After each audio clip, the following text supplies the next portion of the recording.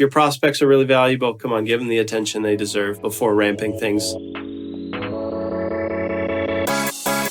Hey, what's up, everyone? This is Jeremy, founder of QuickMail.io. Hey, and this is Jack from emailsthatsell.com. Hey, Jack, just before we start, I've been doing some thinking lately. You know, our podcast won't be legit until we have a sponsor, right? Okay, but haven't we been turning down sponsors? I know, but it's hard to recommend something you and I don't use often, and we're already promoting the crap out of our services. Fair point, but what about the course we just released? Wouldn't you recommend that to our listeners? Yeah, for sure I would. All right, so how would we start? Well, for starters, I wouldn't mention that it took us over a year and 3 trips to Japan and Switzerland to record the thing. All right, let's not do that. But at minimum, I would want to mention where they can find the course. Like, let's put it to, I don't know, course.quickmail.io. Would that work for you? It works. And then I could share what a few of those early students had to say about it. Like the one from Damien, who said it was by far the best course on cold outbound I've ever taken. Or what did Chris say? The week on sales research and targeting prospects blew my mind. Yeah, we definitely want that in there. Yeah, I like it. It's kind of too easy. You know, people always say nice things when they get results. And at some point, we're going to have to come up with some hard sell copywriting materials of our own. And you know, I'm not that great at that. So I don't know. What would you put on a page? Okay, how about this? Imagine that instead of getting ignored by prospects day after day, you could just follow a course that shows you how to book meetings with dream clients and automate the entire outbound process so you can focus on closing deals and scaling your company. Plus, there's that money back guarantee and the 8 modules and the bonus podcast interviews. But so far, so good? Yeah, I like it, man. But you know, I like your style. So anyway, all right, it's getting a bit late. So can we podcast now and review that later? Yeah, but at least promise me that course.quickmail.io is finally live and people can finally try out the course right now. Yeah, sure. I already put it live, and just so you know, I added that special price we discussed about for our podcast listener, and then we can leave it here until, you know, we're happy with the landing page. Sounds fair enough? Yeah, let's do it.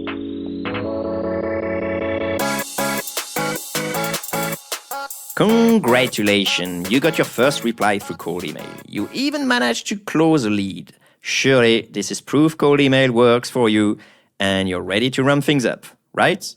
What? Too soon? Well, today, Jack and I will explore what you need to have in place before you can scale your cold email operation. From the obvious to the not so obvious, we'll cover everything you need to know for successfully scaling up. Enjoy.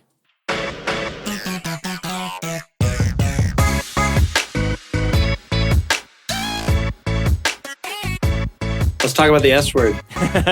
Scaling, yes. Scaling.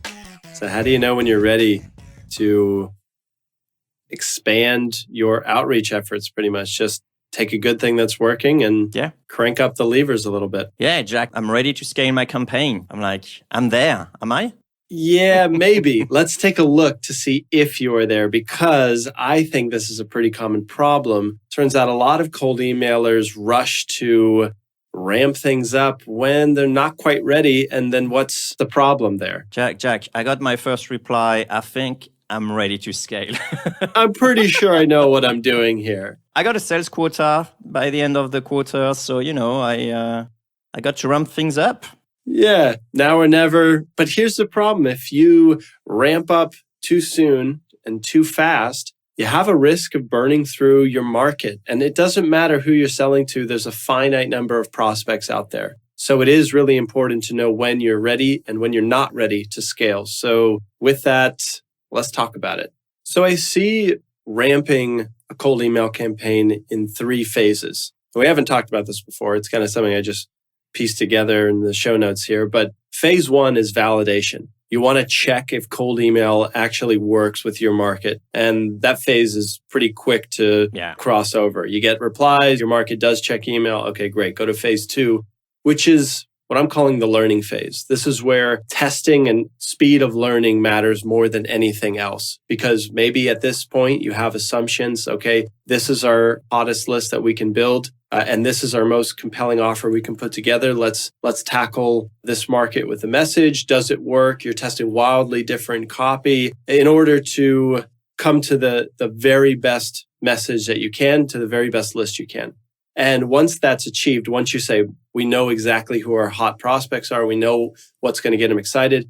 Then you enter phase 3, which is scaling. And in scaling phase, the two most important things you possibly need to do is really just maintain your opens and your replies. And notice I'm saying maintain where I'm actually not telling people to get better. I'm saying if you can be in the scaling phase and you're still getting great reply rates and great open rates, I think you're doing a job well done. Yeah. So in other words, you may experience diminishing returns. Oh, you will. And so therefore keeping it at the good level is already a good effort. That's your work. Now, what's interesting is I would say as well, you also need to be ready to handle the level of replies. Otherwise, you're going to automate your whole campaign. You're going to start getting a whole bunch of replies, and then you're going to fall short on actually going to the meetings and following up on the interesting leads and stuff like that. So it's quite similar to burning your list, but I think it's kind of even much more worse in a sense that they were potentially there, waiting for you, and you just didn't answer the calls. That's, an example of scaling too soon, I would say. Since we're talking about team, let's figure out what we need in place there, whether it's individuals or roles or maybe just certain stats. Do you have any help for us when it comes to making sure we're staying on top of the leads that come in? Well, let's hear your thoughts on this first, Jack. So, yes, you need team, and you also need a process in place when it comes to managing these follow-ups. Now, let's start from the end. I want to see a healthy close rate before you worry about scaling. So if you're the founder of the company, you should know what a decent close rate is, because hopefully you've closed quite a few deals and you know if your team is on track, on par or not. If you're happy with their close rate, then you can go back a level and worry about, do you have the basics in place, like a CRM that's going to manage all of the people who replied with interest so that they don't fall through the cracks? That's an easy one, right? Pipedrive, HubSpot, they'll take care of it for you. Even, QuickMail can be used as this in certain facets of the company, but you need something in place. Even a spreadsheet, right? Like the idea is your team uses it and that leads don't fall through the crack as you scale. In terms of managing your follow-up team-wise, well, you need a scheduler. That's probably the most important role. So usually that's an individual in-house who will take the interested reply. And remember, the goal of cold email is start a conversation. So you have someone on your team whose job is to take that conversation from a reply and then guide it to a booked meeting. You need somebody responsible for that role.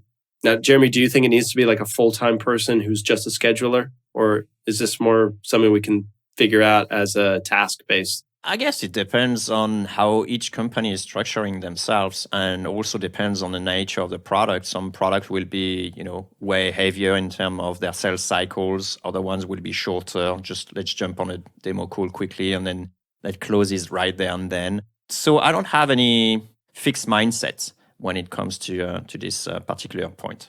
That's fair. I imagine some companies listening will be flying to these meetings in person and they'll bring a small team with them for the pitch. Yeah, imagine if you're suddenly scheduling like 100 calls, in-person calls for next Monday, or that may be a bit hard to fly. But if they're getting a plane deals, I'm guessing that's a fantastic problem to have, isn't it? Yeah, that's true. I'm thinking of you, enterprise software. Okay, you've got your scheduler figured out. And look, in a lot of cases I've seen, this is the sort of SDR's role, like business development. We'll take it from the reply to schedule, and then maybe like VP sales or marketing will join the pitch, maybe even CEO if it's appropriate. But the point is, I really don't think you need a dedicated scheduler. It could even be a VA. I don't know. Jeremy, you nailed it. It depends on the organization. But let's look at other areas that you need besides a team, a CRM, so you don't get disorganized, and also a healthy close rate. Next on my list here is the list. Before you can... did I steal yours? I stole yours. It's okay, Jack. Let's carry on. All right. Well, if you want to scale, you have to have a source of prospects that, in my opinion, are at least in the couple thousand range. If you're having a hard time building 500 qualified prospects, scaling isn't the conversation, amigo. You need to figure out where you can go for more, maybe tap into new markets. But if you're sitting there with a couple thousand good accounts, good prospects that you want to go after, all right, maybe scaling makes sense. Yeah, so I was thinking about this. We have a slightly different challenge when it comes to quick mail as a company owner, not as a tool user. When we're doing prospecting, for example, we don't necessarily have a market of 2,000 people. Right. Even for tool could apply to a lot of people. We tend to segment and narrow the prospects we go after. And one of the way to segment and narrow is to rely on some keywords. Rather than having like a 2,000 people prospect list, we actually have several 200s or 300s. Oh, that's great. No. I'm sorry if I misspoke. That's exactly what I'm talking about. And totally agree. And this is effectively a good problem to have in a sense that each sort of like list require probably different experimentation of the messaging, yes, of the value proposition, and maybe even the CTA. Even for, CTA could be, similar across all those lists. The point is that if I was doing a sloppy job, bundling them all together, sure, I will reach those 2,000 or 10,000 people. But the problem would be that I will be scaling something that's been maybe proven to work for some and not all. So I would get like subpar results if I wanted to scale too early. Why? Because you're worried about approaching segments that are untested, that you don't know if they will? Yeah, absolutely. So in my opinion, it's perfectly fine if you have 10 lists of 200 people. That's fabulous. And besides salespeople, marketers, you should be segmenting, into micro lists. I personally like working with lists that are around the 200 people range because it allows me to group them very specifically and I know how to talk to them. That's great. But you're right. If you notice there's 10 different segments, I don't recommend scaling to every segment before you test them. Maybe though, my assumption, Jeremy, is there is a list of maybe 700 that you're pretty sure are a good fit and you're pretty sure that you have tested properly. That's right. I do have a couple of lists like that, yes. So what's the takeaway? I think you can start scaling with some segments where maybe there's still work to do with others. On top of that, I would even say that we could see the scaling as not necessarily scaling in volume in terms of volume, but scaling in terms of processes. And therefore, we could scale the experimentation process of each of those lists. So for example, maybe I have those 20 different lists. And I've been going through one list, I understand what I need to do in order to do my research. Then I move to the next list, I understand what I need to do. But once I sort of like reach out good results even with the second list, then I could say, well, let's scale this sort of like experimentation of all those lists and figuring out what works. And that's what you scale, not the volume. So this would be sort of like phase 2 scaling. So scaling the learning process here. So that's right, yeah. In other words, it may really just be hiring or outsourcing this for you so that... Yes, that could be outsourced. There's bigger fish to fry. That's a good point, actually. Although I have to say, it sounds kind of risky to hand off this learning phase. Unless the person really knows what they're doing, you may skip some things that as someone who's, very close with the product or very close with outbound, it's a little bit tricky, but it could be done. Yeah, absolutely. And in fact, some companies do it at a whole different level. Like, for example, Uber, they have their sort of like playbook, starting a new country, process. So they have a team, and that's basically the team that keep on flying and then opening new location constantly. So they have a sort of like process of experimentation, getting rid of all the legislation or actually playing with that, those sort of things. So they got their own sort of like playbook here. Right. Exactly. And so that's the sort of thing that you can scale rather than effectively scaling the sort of like underlying service. It's true, but I'm going to put an asterisk on that just because you better know what you're doing or the person you bring in better knows what they're doing.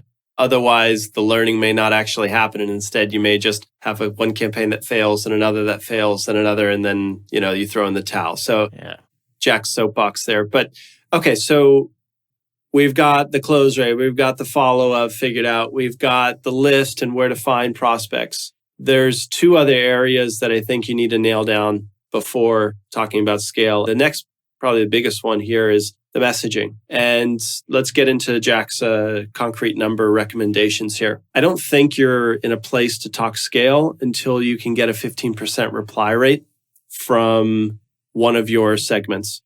And of those replies, you should have 50% of them being positive. If not, your message is off or your list is off, but something tells me you shouldn't have a green light. What do those numbers sound to you like, Jeremy? Yeah, one of the great sadness of the world is when people doing cold email sort of align themselves with industry standard from, marketing. Oh, no. It's like, holy hell, you're getting more than 3% reply rates. It's like, right. Yes. Yeah. If you ever want to feel good about your life, just go to MailChimp's stats for regular email and go to your industry. It says 1% click-through rate or something awful, So yeah, it's terrible. Anyway, yes, so don't align on those. Take Jack's number for sure. And the reason I'm telling you to get a 15% reply rate before scaling is because as you scale, that number is going to be harder and harder to maintain. So you need to be starting off with a solid campaign. And to me, 15 is sort of the entry ticket in order to talk scale, 15%. Yeah, I used to say 20% in the past, 2 years ago. But I think now the game is a little bit harder. And so I think 15 is more reasonable because the idea was that if you reach 10%, you may be onto something. And if you reach 20%, okay, you're definitely have something that works. But I think now it's more or less the, more around 7% for keep going.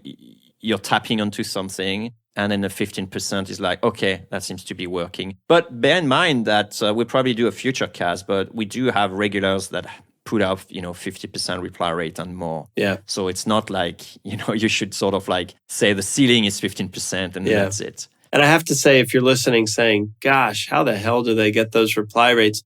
I have to tell you, things get a whole lot easier. And I mean, 2x reply rates just by adding personalization. Do it yourself for a while and see if I'm pulling that number out of the air. But in reality, I think if you add personalization to 100 prospects and send a test batch, you'll probably double your response rate. Even if your list is the exact same and your rest of the email is the exact same, throw a custom intro sentence. And if you already know this is something that you don't want to mess with, I'll help you out. Just go to my website, emails@sell.com, and under the services tab, just check out personalization and we'll do it for you. So yeah, that's big help today. One other thing to consider actually when it comes to reply rates is that you may actually be fine with even 5% reply rate as long as your return on investment is really strong enough so that, if you have to sell one contract or 2 contracts a year, I think you can afford lower reply rates as long as the replies are actually positive, right? Would you say it's fair? No, I disagree just because I haven't come across an industry where I would be happy with 5% reply rate. I mean, sure, if your deal size is tens of millions, I mean, one is a game changer. I just don't think anybody needs to settle for 5% reply rates. No, I agree with that, yeah. Maybe you have more leeway than the rest of us, but the way I see it is if 5% means you're going to land one deal at $10 million, well, 10% reply rate means you'll land 2 deals. And so why would we settle and or not strive for that double-digit response rate? So I'll just tell you flat out, it doesn't matter what industry you're in. If your prospects check email, you should see double digits reply rate. And, if it doubles sales, and, that's great. So that makes sense. And I tend to agree with that. On the other hand, wouldn't you actually say that when you got positive ROI, then you can start scaling, technically, theoretically? No, I don't think so. I don't think so because look, imagine you're in that box of, enterprise sales that is in the $10 million range. Okay. And if that's the case, every single prospect on your list is worth a lot. And I would cringe if I burned one of those prospects. If I knew that there was a 1% chance I could get everyone on my list, to talk with me, and that come out to $10 million deal, I would, in fact, it's a little bit the opposite. I would obsess making sure everyone got my email delivered properly. And I added personalization and I was speaking directly to their pain points and needs probably more than the guy who stands to make, $1,000 per new customer. I don't know. Yeah, I guess what you're referring to or alluding to is that yes, it could work, but it's a huge waste. It's a huge waste. That's right. Plus, if we also add the fact that you're going to have like diminishing return, then, you better have a good, comfortable margin in terms of your ROI. So anyways, a couple things to think about. But yeah, like if your prospects are really valuable, come on, give them the attention they deserve before ramping things. There's one other area I want us to talk about, at least on my list here, and that is getting your deliverability in order before you scale. And I know it's kind of a bit of a technical, boring topic, but look, I mentioned that phase 3 scaling is really about maintaining, and the spoils are going to go to the cold email team that's able to maintain a 65% open rate across their campaign, even as they add more seats to their cold email software account and more sends per day. This is a really big deal that I would argue most sales meetings don't talk enough about. And since deliverability matters, I'm going to say before you scale, have some backup domains warming up. Nice. So that you can go to them when you're ready. And that means buy them early so they can age, and then set them up with a baby account where you just reach out to people warm contacts, and start those inboxes early before you need them so that if you run into hot water, you can turn to them as you scale. Yeah. The idea is you want several inboxes you can turn to. Otherwise, you're just handcuffed to one single inbox, and you are just like kind of at the mercy of the reputation of that inbox. Yeah, and speaking of which, actually, I'm actually experimenting something pretty cool when it comes to warming up inbox in QuickMail, but I'll say more later, another day. Is this something to do with automatic warm-ups? Yeah. Ooh. But we'll keep it for another cast. Anyway, one thing that I wanted to say as well, when we're talking about scaling, for me, in my engineering mind, we're talking about processes. And when we are scaling processes, be it the list building, be it, the reply handling or any of those things, you're going to have bottlenecks. So it's like sound quality. In a sound system, you always have different parts. And the quality of your sound will always reach the lowest quality of all those elements. Even though you have like amazing speakers, if your sound output is, mediocre quality, you're not going to have like amazing sound. So it's a bit like that. You may have a fantastic system for handling replies, but if you don't have much replies, that's pointless. So what I'm trying to say here is it's okay to scale and some part may not follow, but you're going to have to keep on revisiting and then keep on improving. And I think that's also probably one of the last elements, which is when you're going to scale, something won't scale as much as the other parts. And so give them more attention and then refine them, fix them so that they scale more. And that way another part will start, not scaling enough. And that's the next one you're going to need to pay your attention to. Whether it's like, now, more replies are falling through the cracks. Okay, well, address this one. And then after that, it's like, but we don't have enough leads now anymore. And then you're going to address this part. And that's, basically the process you're going to have to go through when you're going to scale. So revisit the bottlenecks, improve them, repeat. That's exactly right. Okay, so are we ready to scale? Did we cover the basis? Is there anything left to help listeners decide, should we scale or not? Yes. So some stuff, you're not going to be able to foresee them.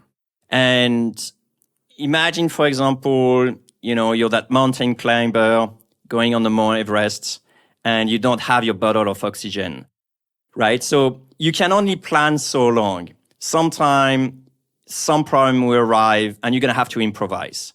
And I guess it's okay. You're just going to have to live with it. And the point I'm trying to make here is that it's not because you can't plan everything in advance that you shouldn't actually start trying. So start experimenting with piece of the system. Try to scale piece individually if you can. And if not, then, try to do it slowly, one step at a time. Great advice to leave everybody with. Thanks, Jeremy. Thanks, Jack.